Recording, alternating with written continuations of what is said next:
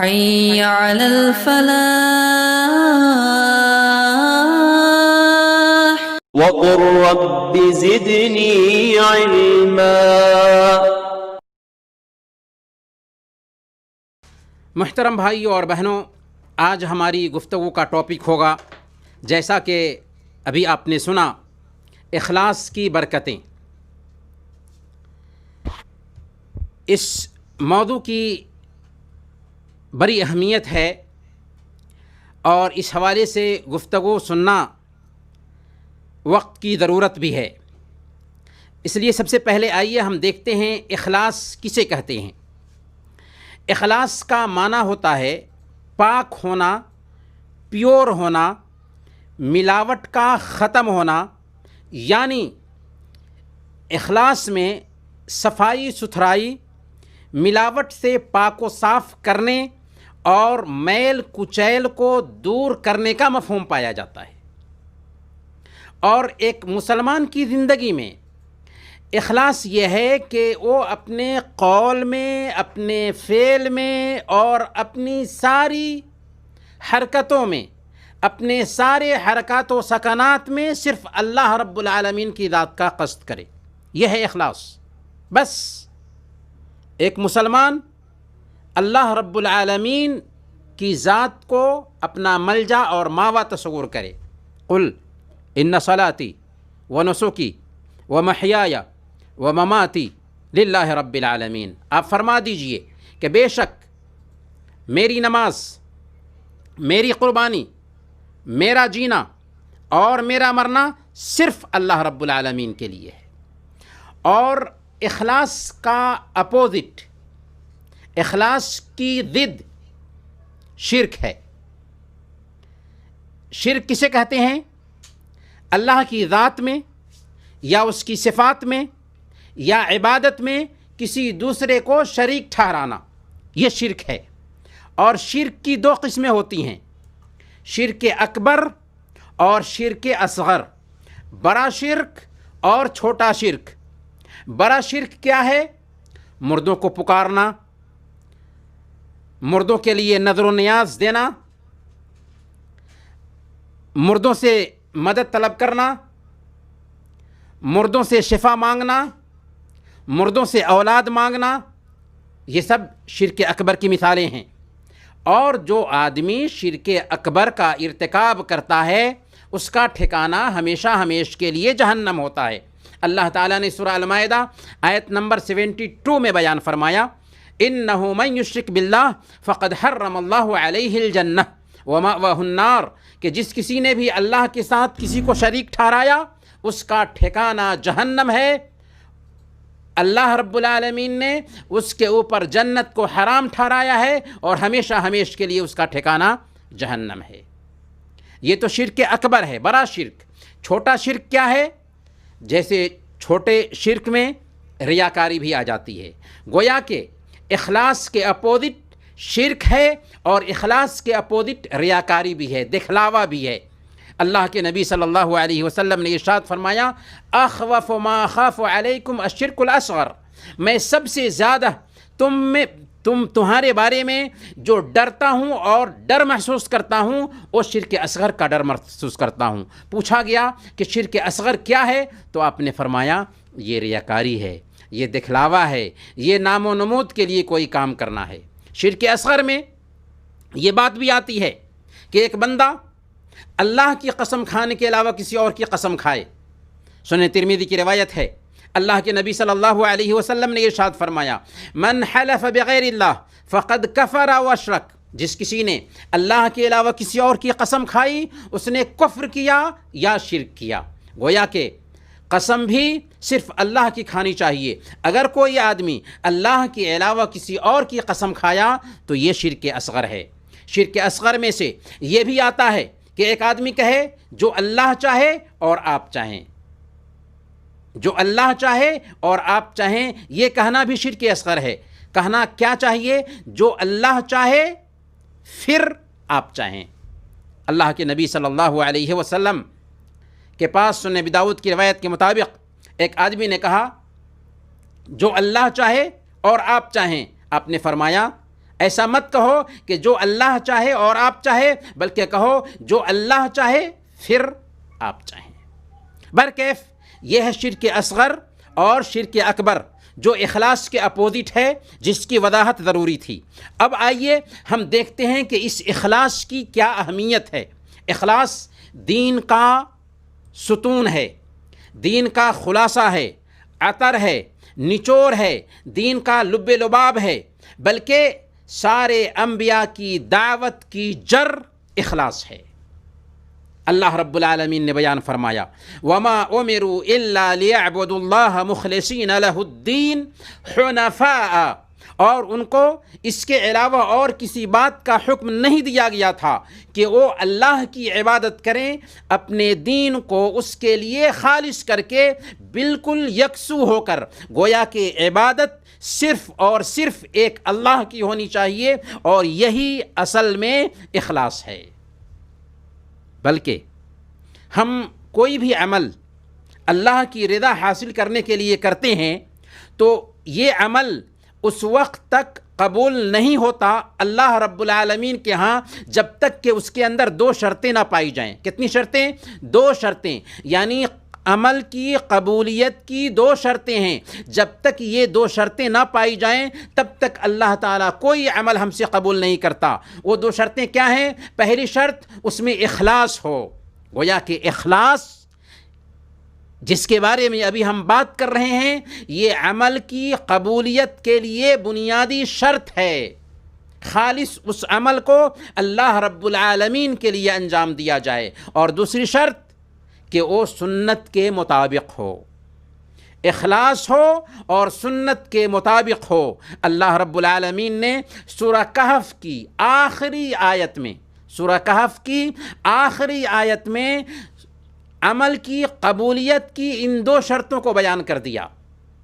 فَمَنْ كَانَ يَرْجُو لِقَاءَ رَبِّهِ فَلْيَعْمَلْ عَمَلًا صَالِحًا وَلَا يُشْرِكْ بِعِبَادَةِ رَبِّهِ أَحَدًا، جو کوئی بھی اپنے رب سے ملاقات کی امید رکھتا ہے اسے چاہیے کہ وہ نیک عمل کرے اور اللہ رب العالمین کے ساتھ کسی دوسرے کو شریک نہ ٹھہرائے۔ امام ابن کثیر رحمۃ اللہ علیہ اس آیت کے ضمن میں فرماتے ہیں وَهَذَانِ رُكْنَا الْعَمَلِ الْمُتَقَبَّلِ، کہ اس کے اندر عمل کی قبولیت کے دو ارکان بیان کیے گئے ہیں، اور دو ارکان کیا ہیں؟ اخلاص اور نبی صلی اللہ علیہ وسلم کا طریقہ۔ گویا کہ اخلاص جب تک کہ ہماری عبادت میں نہیں پایا جاتا تب تک وہ عبادت اللہ کے ہاں قابل قبول نہیں ہوگا۔ اخلاص کے بغیر کوئی بھی عبادت اللہ قبول نہیں کرتا۔ اب آئیے ہم دیکھتے ہیں اس اخلاص کی برکتیں کیا ہیں۔ جب ہمارے اندر اخلاص آتا ہے تو اس کی برکتیں کیسے ہم سمیٹتے ہیں اپنی زندگی میں، کیونکہ ہمارا ٹاپک اصل یہی ہے۔ ہم دیکھیں گے کہ کیسے اخلاص کی برکتیں ہمیں ہماری زندگی میں ملتی ہیں، انفرادی زندگی میں حاصل ہوتی ہیں، اجتماعی زندگی میں حاصل ہوتی ہیں۔ تو سب سے پہلے اخلاص کی برکتوں میں سے سب سے پہلی برکت ہمیں یہ حاصل ہوتی ہے کہ جو کام اخلاص کے ساتھ ہوتا ہے اس کا اثر ہمیشہ باقی رہتا ہے، اور جو کام اخلاص سے خالی ہوتا ہے وہ بہت جلد ختم ہو جاتا ہے، فنا ہو جاتا ہے، اس کا اثر مٹ جاتا ہے۔ اللہ تعالیٰ نے فرمایا سورہ الرعد آیت نمبر 17 فَأَمَّا الزَّبَدُ فَيَذْهَبُ جُفَاءً وَأَمَّا مَا يَنْفَعُ النَّاسِ فَيَمْكُثُ فِي الْأَرْضِ، کہ جو جھاگ ہے وہ جلد ہی ختم ہو جاتا ہے، وہ اڑ جاتا ہے، اور جو انسانوں کے لیے نفع بخش ہے، فائدہ پہنچانے والی چیز ہے، وہ زمین میں ٹھہر جاتی ہے۔ گویا کہ ہمارے پاس اخلاص ہوگا تو اس کا اثر ہمیشہ ہمیشہ کے لیے رہے گا، اور اگر ہمارے اندر اخلاص نہیں تو پھر اس عمل کی اللہ کی نظر میں کوئی اہمیت نہیں ہوتی ہے، اس عمل کی اللہ رب العالمین کی نظر میں کوئی وقعت نہیں ہوتی ہے۔ حضرت عثمان رضی اللہ تعالی عنہ تیسرے خلیفہ ہیں، اللہ کے نبی صلی اللہ علیہ وسلم کے زمانے میں انہوں نے بئر روما خریدا تھا اور اس کنویں کو مسلمانوں کے لیے وقف کر دیا تھا۔ 1450 سال کا عرصہ گزر چکا ہے، لیکن اخلاص کے ساتھ حضرت عثمان رضی اللہ تعالی عنہ نے اس کنواں کو خریدا تھا۔ آج تک وہ وقف موجود ہے اور آج تک حضرت عثمان رضی اللہ تعالی عنہ کو اس کا ثواب مل رہا ہے۔ ہارون رشید جو بہت مشہور خلیفہ گزرے ہیں، ان کی بیوی کا نام زبیدہ تھا۔ زبیدہ نے جب دیکھا کہ حاجیوں کو حج کے موسم میں پانی حاصل کرنے میں بہت دشواری ہوتی ہے، تو انہوں نے ایک چشمہ باضابطہ جاری کرنے کا حکم دیا تھا۔ ایک چشمہ، ایک نہر بنانے کا حکم دیا تھا، جس کو آج بھی عین زبیدہ کے نام سے جانا جاتا ہے اور آج تک وہ چشمہ موجود ہے۔ تو اخلاص کی یہ برکت ہوتی ہے۔ ائمہ میں دیکھیے، ائمہ اربعہ، امام مالک، امام ابو حنیفہ، امام شافعی، امام احمد بن حنبل، اور ائمہ محدثین میں دیکھیے، امام بخاری، امام مسلم، امام ابو داود، امام نسائی، امام ترمذی، امام ابن ماجہ اور امام ابن تیمیہ، ابن قیم، بڑے بڑے ائمہ جو گزرے، ان کی اخلاص کی وجہ سے آج تک ان کی کتابیں محفوظ ہیں، ان کا علم محفوظ ہے، ان کا نام لیا جا رہا ہے۔ یہ سب اخلاص کی برکت ہے۔ لیکن اگر اخلاص نہ ہو، اخلاص کا فقدان پایا جائے، تو اس کا انجام کیا ہوتا ہے؟ اخلاص کا فقدان ہو تو پھر اس کی کوئی اہمیت نہیں ہوتی، اس عمل کی اللہ رب العالمین کی نظر میں کوئی حیثیت نہیں ہوتی۔ اللہ پاک نے سورہ الفرقان آیت نمبر 23 میں بیان فرمایا، وَقَدِمْنَا إِلَى مَا عَمِلُوا مِنْ عَمَلٍ فَجَعَلْنَاهُ هَبَاءً مَنْثُورًا، کہ انہوں نے جو عمل کیا تھا ہم نے ان سب کو غبار کی طرح اڑا دیا، غبار کی طرح اڑا دیا۔ کیوں؟ اس لیے کہ اخلاص کے بغیر وہ عمل ہوا، اس کے اندر شرک تھا، اس کے اندر ریاکاری تھی، اس لیے اللہ رب العالمین اس عمل کو قبول نہیں کرتا۔ صحیح مسلم کی روایت ہے، حضرت عائشہ صدیقہ رضی اللہ تعالی عنہ بیان فرماتی ہیں کہ میں نے اللہ کے نبی صلی اللہ علیہ وسلم سے کہا تھا کہ یا رسول اللہ، عبداللہ بن جدعان زمانے جاہلیت میں صلہ رحمی کرتا تھا اور فقیروں کو کھانا کھلاتا تھا، کیا اس کا یہ کام کل قیامت کے دن کچھ فائدہ پہنچائے گا؟ کیونکہ وہ دیالو انسان تھا، صلہ رحمی کرتا تھا، غریبوں کو کھانا کھلاتا تھا، سخی انسان تھا۔ اللہ کے نبی صلی اللہ علیہ وسلم نے فرمایا، لا ينفعه انه لم يقل يوما رب اغفر لي خطیئتی یوم الدین۔ اس کا یہ عمل اگرچہ ویلفیئر کا کام کیا، غریبوں کو کھانا کھلایا، صلہ رحمی کی، اس کا یہ عمل کچھ بھی اس کو فائدہ نہیں دے گا۔ کیوں؟ اخلاص سے خالی تھا، توحید پر نہیں تھا، شرک کر رہا تھا۔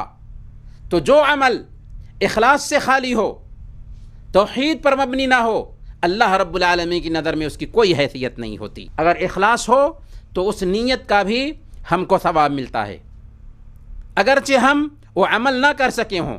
اللہ کے نبی صلی اللہ علیہ وسلم نے فرمایا، انما الاعمال بالنیات وانما لکل امرئ ما نوی، کہ کسی بھی عمل کا اعتبار نیت کی بنیاد پر ہوتا ہے، عملوں کا دار و مدار نیت پر ہوتا ہے، جیسی نیت ویسا بدلہ۔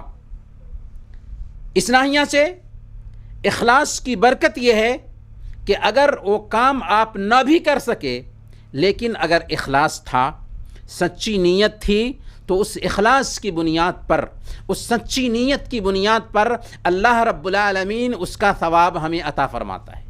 اللہ کے نبی صلی اللہ علیہ وسلم نے صحیح بخاری کی روایت کے مطابق بیان فرمایا، اذا مرض العبد او سافر كتب له مثل ما كان يعمل مقيما صحيحا، کہ جب ایک بندہ بیمار پڑ جاتا ہے یا سفر میں ہوتا ہے تو جو کچھ بھی وہ اقامت کی حالت میں اور صحت مندی کی حالت میں کیا کرتا تھا وہ سارا کا سارا عمل اس کے حق میں لکھا جاتا ہے۔ بیماری کی وجہ سے، سفر کی وجہ سے اگر وہ نیک عمل نہ کر سکا اور پہلے وہ عمل کرنے کی اس کو عادت تھی تو صحت مندی کی حالت میں جو کچھ بھی عمل کرتا تھا، اقامت کی حالت میں جو کچھ بھی عمل کرتا تھا اس کے حق میں وہ سارا کا سارا عمل لکھا جاتا ہے اگرچہ اس نے نہیں کیا۔ یہ فائدہ اخلاص کا ہے۔ دوسری حدیث دیکھتے ہیں، سنن ابی داؤد کی روایت ہے، اللہ کے نبی صلی اللہ علیہ وسلم نے ارشاد فرمایا، ما من امرئ تکون له صلاۃ بلیل یغلبہ علیہا نوم، کہ جس آدمی کا کوئی وظیفہ رات کا معمول ہو کہ وہ رات میں اٹھ کر کے وظیفہ پڑھتا ہو، لیکن کبھی کبھار نیند کا غلبہ آ جانے کی وجہ سے اس وظیفہ کا اہتمام نہیں کر سکا، الا کتب له اجر صلاته وکان نومه علیہ صدقہ، تو اس کے لیے اس نماز کا ثواب لکھ دیا جاتا ہے اور اس کا سونا اس کے لیے صدقہ ہوتا ہے۔ کیا مطلب یہ ہے کہ اگر آپ کا معمول تھا رات میں جگ کر کے نماز پڑھنا، تہجد کا اہتمام کرنا، آپ اس کام میں مخلص تھے، ایک رات آپ کی آنکھ نہ کھل سکی تو اس رات بھی آپ کو تہجد پڑھنے کا ثواب ملے گا، اللہ رب العالمین کے ہاں لکھ دیا جائے گا کہ اس رات بھی آپ نے تہجد پڑھی اگرچہ آپ اس رات کو سو کر کے گزار دیے۔ یہ ہے اخلاص کی برکت۔ تیسری حدیث دیکھتے ہیں، سنن ابی داؤد کی روایت ہے، اللہ کے نبی صلی اللہ علیہ وسلم نے ارشاد فرمایا، جو آدمی اچھی طرح سے وضو کرتا ہے اور پھر مسجد جاتا ہے اور دیکھتا ہے کہ لوگ نماز سے فارغ ہو چکے ہیں، جماعت ختم ہو چکی ہے، تو اللہ تعالیٰ اسے مسجد میں حاضر ہو کر نماز ادا کرنے والوں کے ساتھ جماعت کا برابر ثواب عطا فرماتا ہے، اور اس سے اس کے اجر میں کوئی کمی واقع نہیں ہوتی۔ مطلب کیا ہوا کہ ایک بندہ سچی نیت کے ساتھ گھر سے نکلا، تاخیر نہیں کی، یہ نہیں کہ اذان ہو گئی اور آرام سے گھر میں بیٹھے ہوئے ہیں، نہیں، سچی نیت کے ساتھ وضو کر کے گھر سے نکلا نماز ادا کرنے کے لیے، دیکھا کہ جماعت ختم ہو چکی ہے اور اس کی نیت سچی تھی، نماز میں تاخیر کرنے کی عادت نہیں تھی، تو اللہ رب العالمین اگرچہ وہ اکیلے نماز پڑھے گا لیکن جماعت کا ثواب عطا فرمائے گا۔ یہ اخلاص کی برکت ہے۔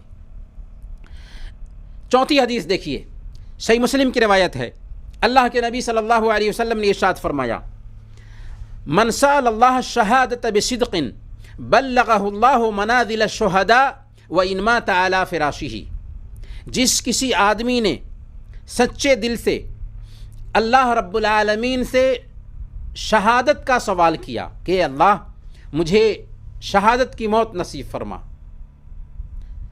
اور سچے دل کے ساتھ اخلاص کے ساتھ اس نے اللہ رب العالمین سے شہادت کی تمنا کی، شہادت کا سوال کیا، تو اللہ رب العالمین اس کو شہادت کی موت نصیب فرماتا ہے اگرچہ اس کی موت بستر پر ہوئی ہو۔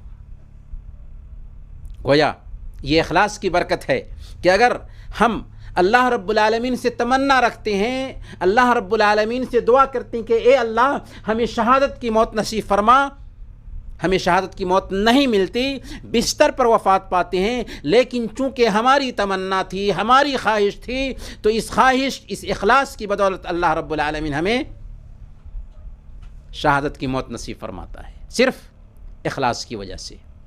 پانچویں حدیث دیکھتے ہیں، صحیح مسلم کی روایت ہے، حضرت جابر رضی اللہ تعالیٰ عنہ اس حدیث کو روایت کرتے ہیں، وہ بیان کرتے ہیں کہ ہم لوگ اللہ کے نبی صلی اللہ علیہ وسلم کے ساتھ ایک غزوہ میں تھے۔ آپ غزوہ سے لوٹ کر آ رہے تھے تو آپ نے فرمایا ان بالمدینۃ لرجالا ما سرتم مسیرا ولا قطعتم وادیا الا كانوا معكم حبسهم المرض۔ مدینہ میں کچھ لوگ ایسے ہیں کہ تم نے جہاں جہاں بھی قدم رکھا، جس جس وادی کو طے کیا، وہ لوگ جو مدینہ میں رہ گئے ہیں وہ تمہارے ساتھ تھے۔ ان کو عذر نے روک رکھا تھا، بیماری نے روک رکھا تھا۔ گویا ایک انسان کی نیت اچھی ہے، جہاد میں شریک ہونا چاہتا تھا لیکن وہ بیمار پڑ گیا، معذور ہے جہاد میں شرکت کرنے سے، تو اللہ رب العالمین مجاہدین کا ثواب اس کو بھی عنایت فرماتا ہے۔ یہی بات اللہ کے نبی صلی اللہ علیہ وسلم فرما رہے تھے کہ کچھ لوگ ایسے ہیں جو مدینہ میں ٹکے ہوئے ہیں، بیماری کی وجہ سے وہ ہمارے ساتھ جہاد میں شریک نہ ہو سکے ہیں، لیکن تمہارے ساتھ اجر میں ثواب میں برابر کے شریک ہیں۔ کیوں؟ یہ اخلاص کی برکت ہے۔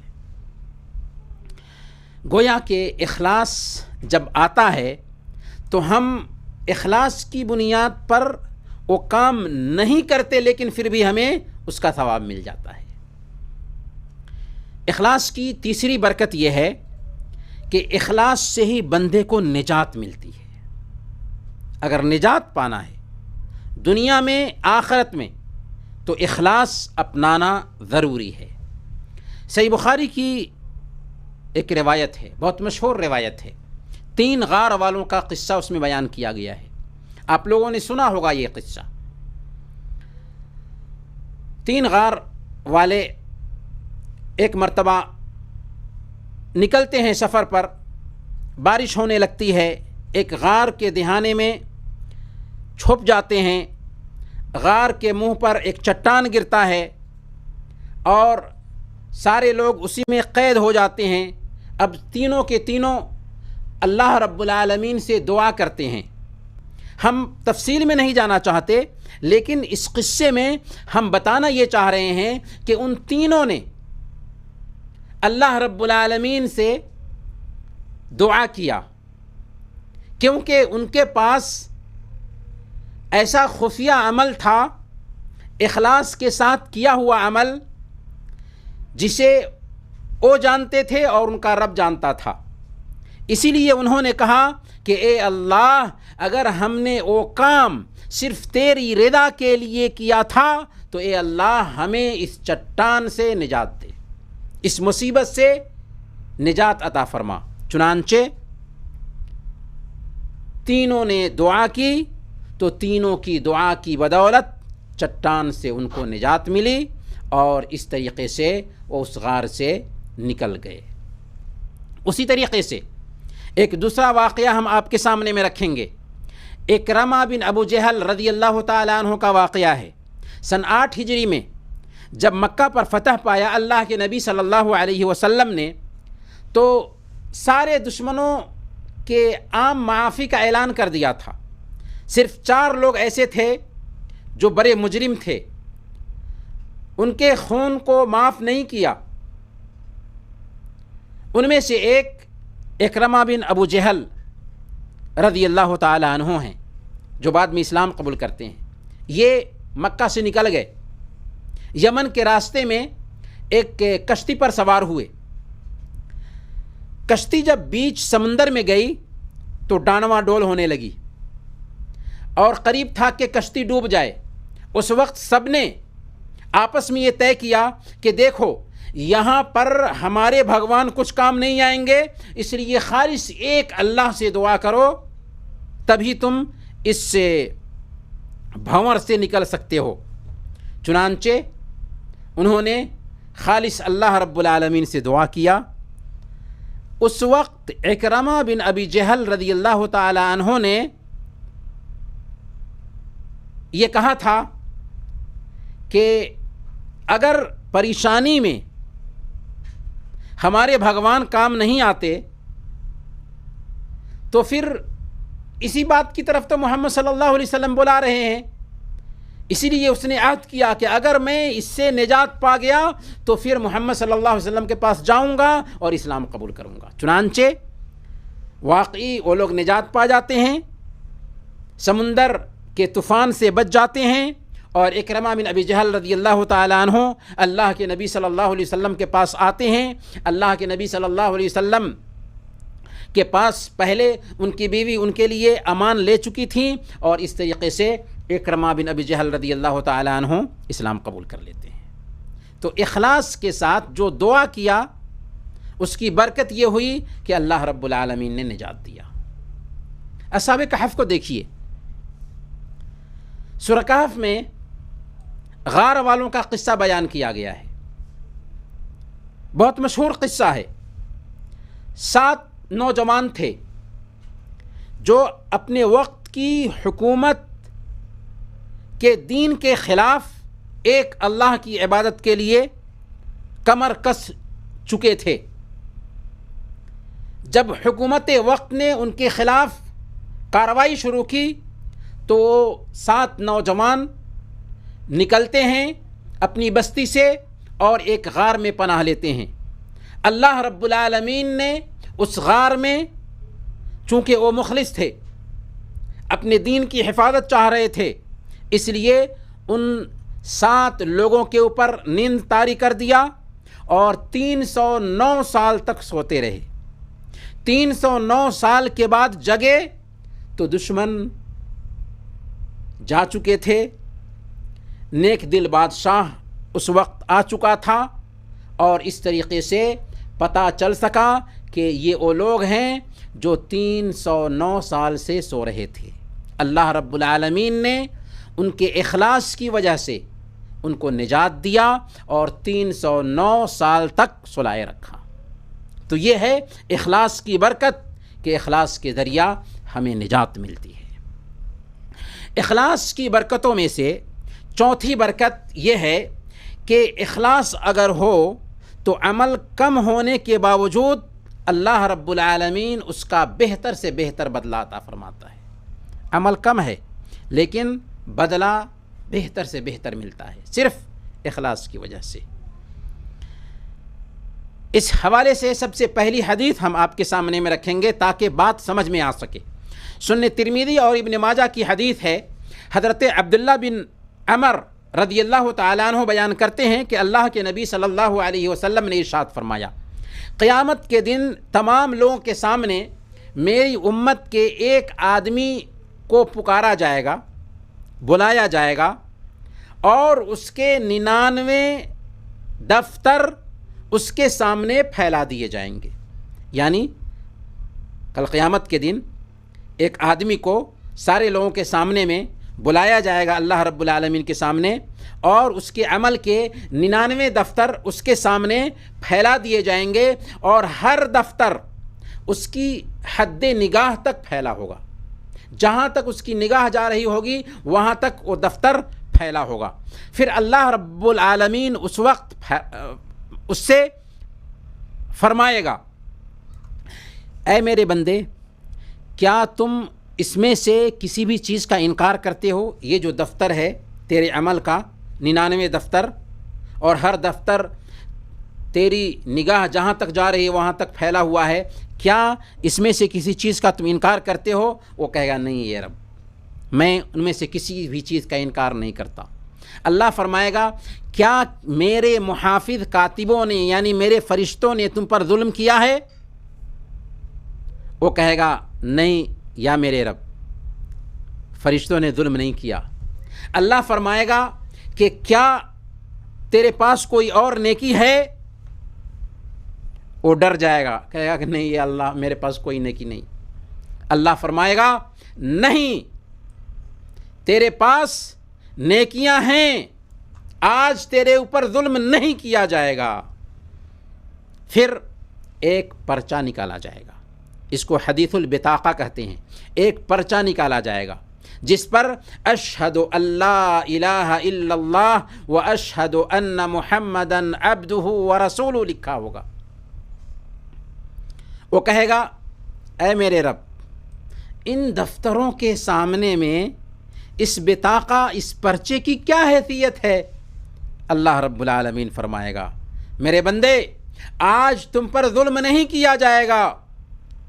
پھر وہ تمام دفتر وزن کرنے کے لیے ایک پلڑے میں رکھے جائیں گے اور وہ چھوٹا سا پرچہ دوسرے پلڑے میں رکھا جائے گا. فطاشت السجلات وثقلت البطاقہ.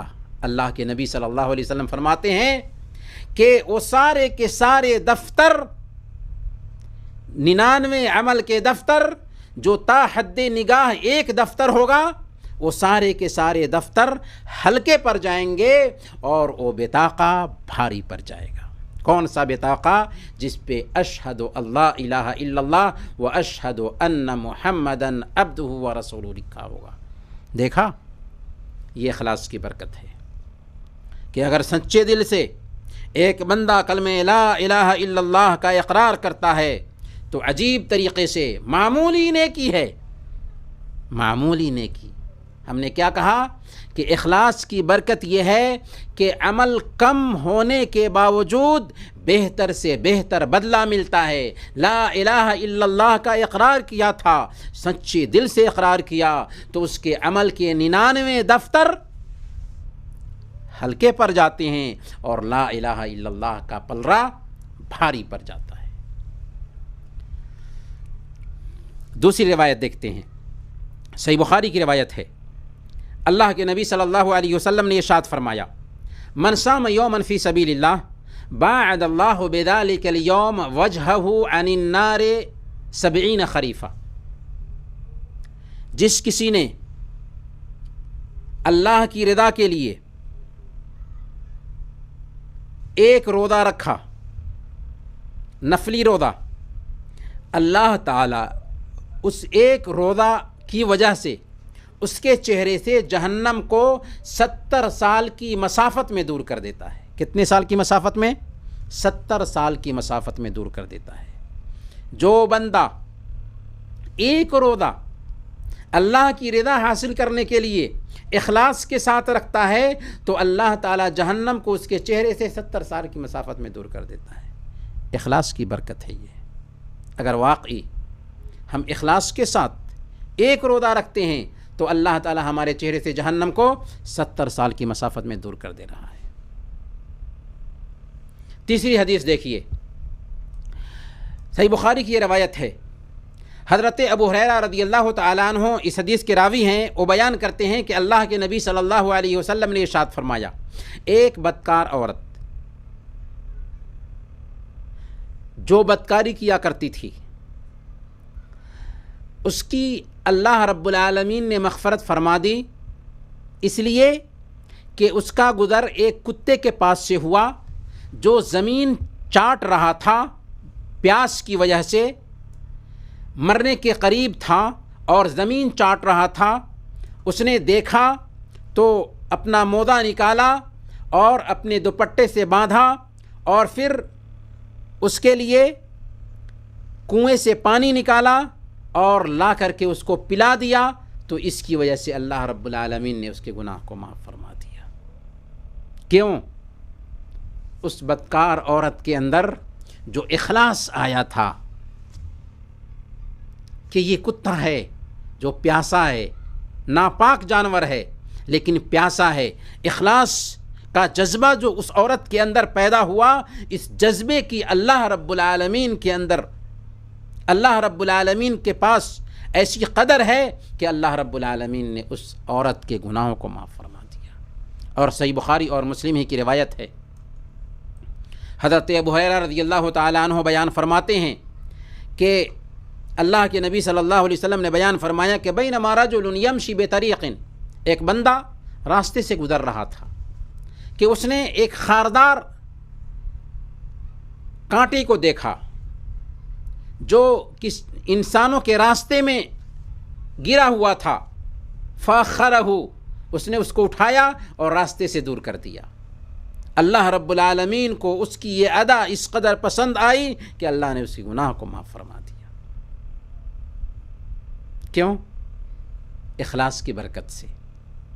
راستے سے ہم گزر رہے تھے، راستے میں دیکھا کہ لوگوں کے راستے میں کوئی بھی اذیت ناک چیز ہے، کانٹا ہے، کوئی بھی چیز ہے جس سے لوگوں کو نقصان پہنچ سکتا ہے، ہم نے اس کو دور کر دیا۔ بہت بڑی نیکی ہے۔ اللہ رب العالمین نے اس نیکی کی وجہ سے ایک بندے کو جنت میں داخل کیا۔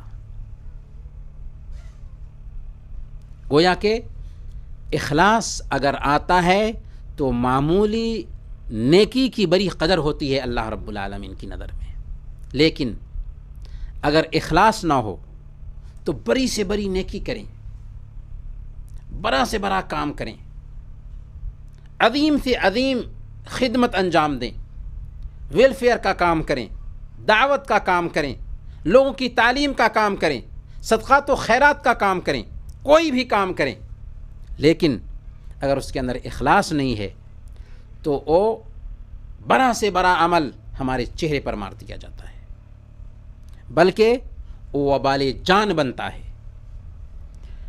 سنن ترمذی کی روایت ہے اور یہ بھی بہت مشہور روایت ہے۔ حضرت ابو ہریرہ رضی اللہ تعالیٰ عنہ اس حدیث کو جب بیان کرتے ہیں تو تین مرتبہ ان کو غشی آ جاتی ہے، ان کے اوپر غشی طاری ہو جاتی ہے۔ پھر جب افاقہ ہوتا ہے تو کہتے ہیں کہ میں نے اللہ کے نبی صلی اللہ علیہ وسلم سے سنا کہ 3 طرح کے لوگوں کا فیصلہ ہوگا کل قیامت کے دن، ان میں سے ایک شہید ہوگا، اسے اللہ کے پاس میں لایا جائے گا، اللہ رب العالمین اپنی نعمتیں اسے پہچنوائے گا، وہ اللہ کی نعمتوں کو یاد کر لے گا، اللہ تعالیٰ اس سے پوچھے گا کہ تو نے میرے لیے کیا کیا، وہ کہے گا اے اللہ تیرے لیے میں شہادت پا لیا۔ اللہ رب العالمین کہے گا کہ تم جھوٹے ہو، تو نے اس لیے جہاد کی تاکہ تمہیں بہادر کہا جائے۔ پھر اس کے بارے میں حکم دیا جائے گا اور اسے گھسیٹ کر کے جہنم میں ڈال دیا جائے گا۔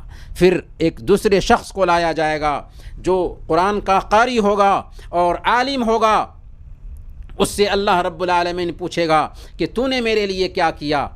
اللہ رب العالمین اس کو اپنی نعمتیں یاد دلائے گا، وہ اللہ کی نعمتوں کو پہچان لے گا۔ پھر اللہ پوچھے گا کہ تو نے میرے لیے کیا کیا، وہ کہے گا کہ اے اللہ میں نے تیرے لیے قرآن پڑھا اور دوسروں کو پڑھایا اور علم سیکھا اور دوسروں کو سکھایا۔ اللہ کہے گا تم جھوٹے ہو، تو نے اس لیے علم سیکھا تاکہ تجھے عالم کہا جائے، تو نے اس لیے قرآن سیکھا تاکہ تجھے قاری کہا جائے، تمہیں ایسا کہہ دیا گیا، چنانچہ اس کے بارے میں حکم دیا جائے گا اور گھسیٹ کر کے اسے جہنم میں ڈال دیا جائے گا۔ پھر تیسرا شخص لایا جائے گا جو داتا ہوگا، سخی ہوگا، اس سے اللہ رب العالمین اپنی نعمتوں کو پہچنوائے گا، وہ اللہ کی نعمتوں کو پہچان لے گا۔ اللہ رب العالمین پوچھے گا کہ تو نے میرے لیے کیا کیا، وہ کہے گا کہ اے اللہ میں جو راستے کو تو پسند کرتا ہے ان سارے راستوں میں خرچ کیا۔ اللہ رب العالمین فرمائے گا تو نے اس لیے خرچ کیا تاکہ تو داتا کہا جائے، سخی کہا جائے، اور دنیا میں تجھے سخی کہہ دیا گیا۔ پھر اسے حکم دیا جائے گا اور گھسیٹ کر کے جہنم میں ڈال دیا جائے گا۔ تو دیکھیں عمل تو بہت بڑا ہے، شہید ہے، جان قربان کر دی اللہ کی راہ میں، حافظ ہے، عالم ہے اور داتا اور سخی ہے، جو اللہ کی راہ میں خرچ کرنے والا ہے، لوگوں کو دین سکھانے والا ہے، قرآن کی تلاوت کرنے والا ہے، لیکن اتنا عظیم کام کیا پر اخلاص سے خالی یہ کام رہا، ریاکاری آئی، نام و نمود اس کے اس عمل میں آ گیا، جس کی وجہ سے اللہ رب العالمین کی نظر میں اس کے اس عظیم کام کی بھی کوئی وقت نہیں، بلکہ وہ درد سر بن گیا اس کے لیے۔ اور یہ 3 طرح کے لوگ ہیں جن سے جہنم کو سلگایا جائے گا۔ اس سے ہم سمجھ سکتے ہیں کہ اخلاص کی کتنی اہمیت ہے اللہ کی نظر میں۔ اخلاص کی بنیاد پر معمولی عمل عظیم بن جاتا ہے، اور اخلاص اگر نہ پایا جائے تو عظیم سے عظیم عمل کی اللہ رب العالمین کی نظر میں کوئی اہمیت نہیں ہوتی۔ اخلاص کی 5ویں برکت یہ ہے کہ اللہ کے نبی صلی اللہ علیہ وسلم کی اخلاص کی بنیاد پر شفاعت نصیب ہونے والی ہے کل قیامت کے دن۔ صحیح بخاری کی روایت ہے، حضرت ابو ہریرہ رضی اللہ تعالیٰ عنہ بیان کرتے ہیں کہ میں نے اللہ کے نبی صلی اللہ علیہ وسلم سے پوچھا، یا رسول اللہ، من اسعد الناس بشفاعتک یوم القیامہ، اے اللہ کے نبی صلی اللہ علیہ وسلم، قیامت کے دن آپ کی سفارش کے سب سے زیادہ حقدار کون ہوں گے؟ اللہ کے نبی صلی اللہ علیہ وسلم نے فرمایا کہ مجھے پتا تھا اے ابو ہریرہ، اللہ یسألنی عن هذا الحدیث احد اول منک، مجھے معلوم تھا کہ اس سلسلے میں تجھ سے پہلے کوئی بھی مجھ سے نہیں پوچھ سکتا تھا، کیونکہ میں نے تیرے اندر حدیث حاصل کرنے، حدیث سیکھنے کی حرص دیکھ رکھی تھی۔ چنانچہ اللہ کے نبی صلی اللہ علیہ وسلم نے فرمایا، اسعد الناس بشفاعتی یوم القیامہ من قال لا الہ الا اللہ خالصا من قبل نفسہ، کہ کل قیامت کے دن میری سفارش کا سب سے زیادہ حقدار وہ ہوگا جو لا الہ الا اللہ کا خالص دل کے ساتھ اقرار کیا ہوگا، اخلاص کے ساتھ اقرار کیا ہوگا۔ گویا کہ جس نے لا الہ الا اللہ کا اقرار اخلاص کے ساتھ کیا، کل قیامت کے دن اللہ کے نبی صلی اللہ علیہ وسلم کی سفارش اسے ملنے والی ہے۔ یہ اخلاص کی برکت ہے۔ اخلاص کی برکت یہ بھی ہے کہ اخلاص کی وجہ سے عجیب طریقے سے شیطان سے ہمیں بچاؤ حاصل ہوتا ہے، شیطان کے حربے سے، شیطان کی گرفت سے ہم بچے رہتے ہیں۔ اگر ہم مخلص ہیں اپنے عمل میں، ہمارے اندر اخلاص ہے، تو شیطان کا حربہ ہمارے اوپر کامیاب نہیں ہوتا۔ سورہ الحجر میں اللہ رب العالمین نے بیان فرمایا، قال ربی بما اغویتنی، کہ اے اللہ کہ تو نے مجھے جو گمراہ کیا، اب مجھے بھی قسم ہے کہ میں بھی زمین میں تیرے بندوں کے لیے گناہوں کو مدین کرتا رہوں گا، تاکہ گناہوں کو مدین کر کے ان کو بہکاتا رہوں، الا عبادک منہم المخلصین، لیکن میں بہکاؤں گا تیرے راستے میں، آگے سے، پیچھے سے، دائیں سے، بائیں سے، ہر طرف سے آؤں گا، تیرے بندوں کو گمراہ کروں گا، لیکن جو مخلص بندے ہیں، جو تیرے مخلص بندے ہیں، وہ میرے فریب میں نہیں آئیں گے۔ گویا کہ شیطان کو بھی اس بات کا اقرار ہے، شیطان بھی مانتا ہے کہ جن بندوں کے اندر اخلاص ہوتا ہے وہ بندے شیطان کے فریب میں نہیں آتے۔ شیطان کا حربہ ایسے بندوں پہ کامیاب نہیں ہوتا۔ 7ویں نمبر پر اخلاص کی برکت یہ ہوتی ہے کہ اخلاص کی بنیاد پر ہمیں سکون قلب ملتا ہے، دل کا سکون حاصل ہوتا ہے۔ اگر اخلاص نہ ہو تو ٹینشن، پریشانی، ڈپریشن، اضطراب، عجیب عجیب طرح سے ایک انسان پریشان دکھائی دیتا ہے، کیونکہ اس کے اندر اخلاص نہیں ہے، اس کے اندر ریاکاری ہے، اس کے اندر شرک ہے۔ اللہ تعالیٰ نے فرمایا سورہ الانعام آیت نمبر 82، الذین آمنوا ولم یلبسوا ایمانہم بظلم اولئک لہم الامن وہم مہتدون، جو لوگ ایمان لائے اور اپنے ایمان کو شرک کے ساتھ آلودہ نہ کیا۔ ظلم سے مراد اس آیت میں شرک ہے، کیونکہ ان الشرک لظلم عظیم، کہ سارے ظلموں میں سب سے بڑا ظلم شرک ہے۔ ظلم بہت سارے ہیں، لیکن ان سارے ظلموں میں سب سے بڑا ظلم شرک ہے۔ اللہ نے فرمایا الذین آمنوا ولم یلبسوا ایمانہم بظلم، جو ایمان لائے اور اپنے ایمان کو ظلم کے ساتھ آلودہ نہ کیا، یعنی شرک کے ساتھ آلودہ نہ کیا، اولئک لہم الامن، انہی کے لیے امن ہے۔ امن چاہیے، سکون چاہیے،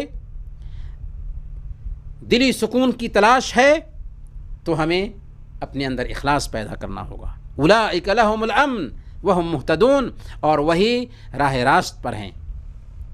سنن ابن ماجہ کی روایت ہے، اللہ کے نبی صلی اللہ علیہ وسلم نے بہت ہی پیاری حدیث میں یہ نقطہ سمجھایا کہ ایک انسان جب مخلص ہوتا ہے تو اس کو دنیا کیسے ملتی ہے، اور ایک انسان اخلاص سے خالی ہوتا ہے، دنیا کے چکر میں لگا رہتا ہے تو کیا حال ہوتا ہے دنیا میں۔ اللہ کے نبی صلی اللہ علیہ وسلم نے بیان فرمایا، من کانت الدنیا ہمہ، جس کی کوشش دنیا کے لیے ہوتی ہے، فرق اللہ علیہ امرہ، اللہ تعالیٰ اس کے معاملے کو اس کے اوپر منتشر کر دیتا ہے، پھیلا دیتا ہے۔ وجعل فقرہ بین عینیہ، اور اس کی آنکھوں کے سامنے اس کے فقر و فاقہ کو ظاہر کر دیتا ہے۔ ولم یأتہ من الدنیا الا ما کتب لہ، اور دنیا اسے اتنا ہی ملتی ہے جتنا اللہ رب العالمین نے اس کے حق میں لکھ دیا ہوتا ہے۔ ومن کانت الآخرۃ نیتہ جمع اللہ لہ امرہ وجعل غناہ فی قلبہ واتتہ الدنیا وہی راغمہ، اور جس کی کوشش آخرت کے لیے ہوتی ہے، اللہ رب العالمین اس کے معاملے کو سمیٹ دیتا ہے اور اس کے دل میں بے نیازی پیدا کر دیتا ہے، اور دنیا جھک کر کے اس کے سامنے آ جاتی ہے۔ گویا کہ اگر ہم مخلص ہیں، اگر ہمارے اندر اخلاص ہے، اگر ہم آخرت کے رسیاں ہیں، تو اللہ رب العالمین ہمارے معاملے کو سمیٹ دیتا ہے، دل میں بے نیازی لاتا ہے، اور دنیا جھک کر کے ہمارے سامنے آتی ہے۔ اس لیے ہمیں مخلص بننا ہے۔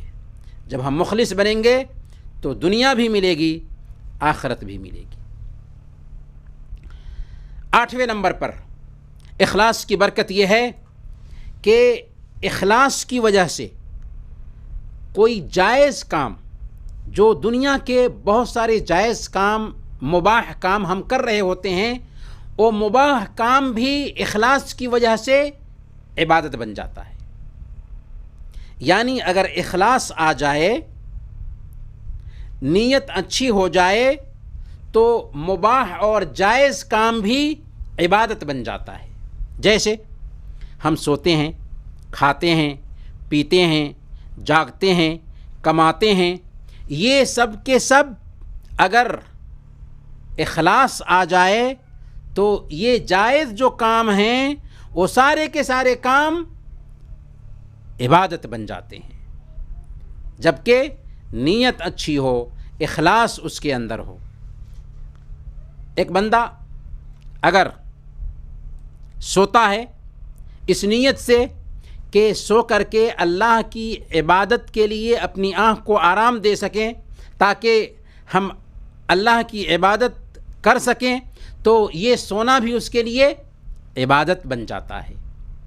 اسی لیے حضرت معاذ رضی اللہ تعالیٰ عنہ فرماتے ہیں، فَأَحْتَسِبُ نَوْمَتِي كَمَا أَحْتَسِبُ قَوْمَتِي، کہ جیسے میں اپنے قیام میں ثواب تلاش کرتا ہوں، ثواب کی امید سے میں قیام کرتا ہوں، ویسے ہی میں سوتا بھی ہوں تو ثواب کی امید سے سوتا ہوں۔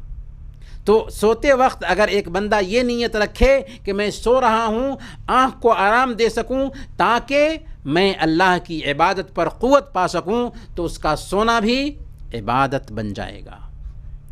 کھانا پینا بھی عبادت ہو سکتا ہے، جبکہ حلال کمائی سے وہ کھائے پیے اور کھاتے پیتے وقت یہ نیت رکھے کہ اللہ کی عبادت کے لیے میں قوت حاصل کر رہا ہوں، تو اس کا کھانا اور پینا بھی عبادت بن جائے گا، اخلاص کی بنیاد پر، نیت کی بنیاد پر۔ اسی طریقے سے ایک بندہ کما رہا ہے، 8 گھنٹے محنت کرتا ہے، اگر وہ اس 8 گھنٹے کی محنت میں یہ نیت رکھے کہ میں حلال کما کر کے حلال روزی اپنے پیٹ میں ڈالنا چاہتا ہوں اور حلال طریقے سے اپنے بچوں کی تربیت کرنا چاہتا ہوں، تاکہ حلال طریقے سے وہ کھائیں پئیں اور اللہ کی عبادت کریں، تو یہ کمانا بھی اس کے لیے عبادت ہو جائے گا۔ ایک حدیث میں آتا ہے، اللہ کے نبی صلی اللہ علیہ وسلم ایک شخص کے پاس سے گزرے، صحابہ کرام آپ کے ساتھ تھے، صحابہ نے کہا کہ کاش کہ اس آدمی کی محنت اللہ کے راہ میں ہوتی۔ اللہ کے نبی صلی اللہ علیہ وسلم نے فرمایا اگر یہ آدمی اپنے بچوں کے لیے محنت کر رہا ہے تو یہ بھی اللہ کی راہ میں ہے۔ اگر یہ آدمی حلال طریقے سے کما کر کے حلال روزی کھانا چاہ رہا ہے تو یہ بھی اللہ کے راستے میں ہے۔ اور اگر یہ آدمی اپنے بوڑھے ماں باپ کی پرورش کرنا چاہتا ہے تو یہ بھی اللہ کی راہ میں ہے۔ ہاں اگر یہ نام و نمود کے لیے ایسا کرنا چاہتا ہے تو شیطان کے راستے میں ہوگا۔ دیکھا، اخلاص کے ساتھ اگر ہم محنت کرتے ہیں، 8 گھنٹے نوکری کرتے ہیں تو یہ بھی عبادت بن جاتا ہے۔ گویا کہ عادت بھی عبادت بن جاتی ہے، کب؟ جب کہ اس میں اخلاص ہو۔ اللہ کے نبی صلی اللہ علیہ وسلم نے صحیح بخاری اور مسلم کی روایت کے مطابق حضرت سعد بن ابی وقاص رضی اللہ تعالی عنہ سے فرمایا تھا انک لن تنفق نفقۃ تبتغی بها وجہ اللہ الا اجرت علیہا حتی ما تجعل فی امرأتک، کہ اے سعد بن ابی وقاص تم جو کچھ بھی خرچ کرتے ہو اللہ کی رضا حاصل کرنے کے لیے، یعنی اخلاص کے ساتھ، اس پر تمہیں اجر ملتا ہے۔ جو کچھ بھی خرچ کرتے ہو اس پر تمہیں اجر ملتا ہے، یہاں تک کہ تم جو لقمہ اپنی بیوی کے منہ میں ڈالتے ہو، مقصود کیا ہے کہ تم اپنے بچوں کو جو کھلاتے ہو اس پر بھی تمہیں اجر ملتا ہے۔ کب؟ جب کہ واقعی آدمی مخلص ہو کمائی میں۔ گویا کہ اپنی عادت کو بھی اخلاص کی بنیاد پر ہم عبادت بنا سکتے ہیں، یہ اخلاص کی برکت ہے۔ آخری نقطہ جو ہم بیان کرنا چاہیں گے وہ ہے اگر اخلاص ہو تو اخلاص کی وجہ سے یہ اخلاص کی برکت ہے کہ عمل کی انجام دہی آسان ہو جاتی ہے۔ اگر ہم مخلص ہوں گے، ہمارے عمل میں ریاکاری نہیں، دکھلاوا نہیں، ہم نام و نمود نہیں چاہتے، ہم واہ واہی نہیں چاہتے، بلکہ ہم یہ چاہتے ہیں کہ اللہ کے لیے یہ کام کریں، تو وہ کام ہمارے لیے بہت آسان ہو جاتا ہے۔ اگر دکھلاوا مقصد ہو، ریاکاری مقصد ہو، نام و نمود مقصد ہو تو کام بہت بھاری پڑتا ہے۔ اس سلسلے میں بھی ہم ایک واقعہ آپ کو سنانا چاہیں گے۔ مولانا اسماعیل شہید رحمۃ اللہ علیہ بہت بڑی شخصیت تھی ہندوستان کی، جن کی کتاب ہے تقویۃ الایمان۔ تحریک شہیدین میں سے ایک عالم وہ بھی ہیں۔ تو مولانا اسماعیل شہید رحمۃ اللہ علیہ کا ایک بھرے مجمع میں جامع مسجد کے پاس اجلاس عام ہوا۔ آپ نے خطاب فرمایا بھرے مجمع کو۔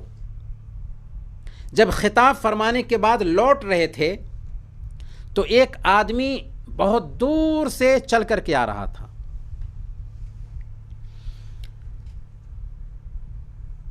مولانا اسماعیل شہید رحمۃ اللہ علیہ سے ملاقات ہوئی تو اس نے کہا کہ کیا پروگرام ختم ہو گیا؟ تو مولانا نے کہا کہ ہاں پروگرام ختم ہو گیا، میں اس لیے آیا تھا تاکہ مولانا اسماعیل شہید رحمۃ اللہ حفظہ اللہ کی تقریر سنوں۔ تو انہوں نے کہا کہ میں ہی اسماعیل شہید ہوں، اور اگر تم آئے ہو محنت کر کے یہاں پر تاکہ اسماعیل شہید کی تقریر سنو، تو پھر میں تمہیں جو کچھ بھی وہاں پہ بولا ہوں وہ ساری کی ساری باتیں تمہیں یہاں پر کھڑے ہو کر کے تمہیں سنا دیتا ہوں۔ چنانچہ مولانا اسماعیل شہید رحمۃ اللہ علیہ نے جو تقریر جتنے منٹ تک عام مجمع میں کی تھی وہی تقریر ہو بہو اس ایک آدمی کے سامنے کر کے اس آدمی کا شوق پورا کیا۔ لوگوں نے کہا کہ اس ایک آدمی کے لیے آپ نے اتنی زحمت فرمائی؟ تو مولانا اسماعیل شہید رحمۃ اللہ علیہ نے کہا کہ جب میں بھرے مجمع کو خطاب کر رہا تھا تو وہاں بھی میں اپنے رب کو راضی کرنا چاہتا تھا، اور اس ایک آدمی سے خطاب کر رہا ہوں تو یہاں بھی میں اپنے رب کو راضی کرنا چاہتا ہوں۔ تو تو اخلاص کی یہ برکت ہے۔ اخلاص جب آتا ہے ایک انسان کے اندر تو کام بہت آسان ہو جاتا ہے۔ سوال یہ ہے کہ اخلاص ہمارے اندر کیسے پیدا ہوگا؟ سب سے پہلے اللہ سے اپنا تعلق مضبوط کریں اور اپنی عبادت میں احسان کی کیفیت پیدا کریں۔ ان تعبد اللہ کأنک تراہ فإن لم تکن تراہ فإنہ یراک۔ اگر ہم یہ احساس اپنے اندر پیدا کر لیں کہ ہم اللہ کو دیکھ رہے ہیں، یہ پہلا درجہ ہے احسان کا کہ ہم اللہ کو دیکھ رہے ہیں۔ اگر یہ احساس پیدا نہیں ہو پاتا ہے تو کم سے کم یہ سوچے کہ اللہ ہمیں دیکھ رہا ہے۔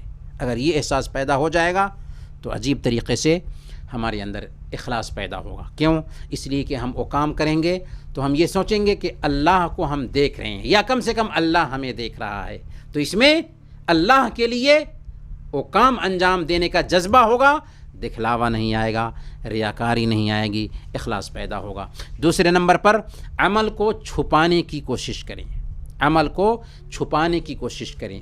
داؤد بن ابی ہند کے بارے میں آتا ہے کہ 40 سال تک وہ روزہ رکھتے رہے اور گھر والوں کو پتہ نہ چل سکا کہ انہوں نے 40 سال تک نفلی روزہ رکھا، کیونکہ وہ موچی کا کام کرتے تھے۔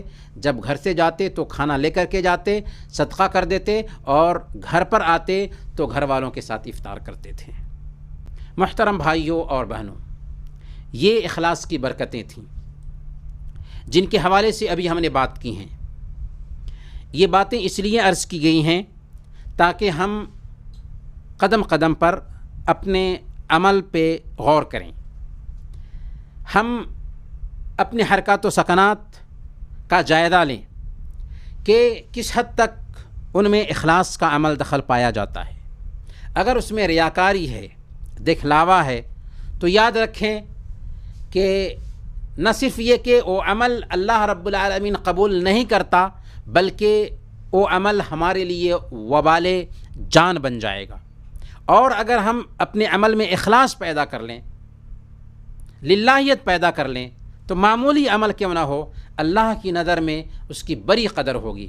تو ہم اخیر میں اللہ رب العالمین سے دعا کرتے ہیں کہ الہ العالمین تو ہم سب کے عمل میں اخلاص پیدا فرما۔ الہ العالمین جو لوگ اس دنیا سے گزر چکے ہیں ان کی قبر کو نور سے بھر دے، انہیں جنت الفردوس میں جگہ نصیب فرما، اور جو لوگ بیمار ہیں اگرچہ ان کی بیماری مایوس کن کیوں نہ ہو، الہ العالمین انہیں شفائے عاجلہ کاملہ نصیب فرما۔ جو لوگ پریشان حال ہیں ان کی پریشانی کو دور فرما دے۔ الہ العالمین ہم سب کو زندہ رکھنا تو ایمان پر زندہ رکھنا، اور وفات دینا تو ایمان پر وفات دینا۔ وصلی اللہ علی نبینا محمد وعلی آلہ وصحبہ اجمعین۔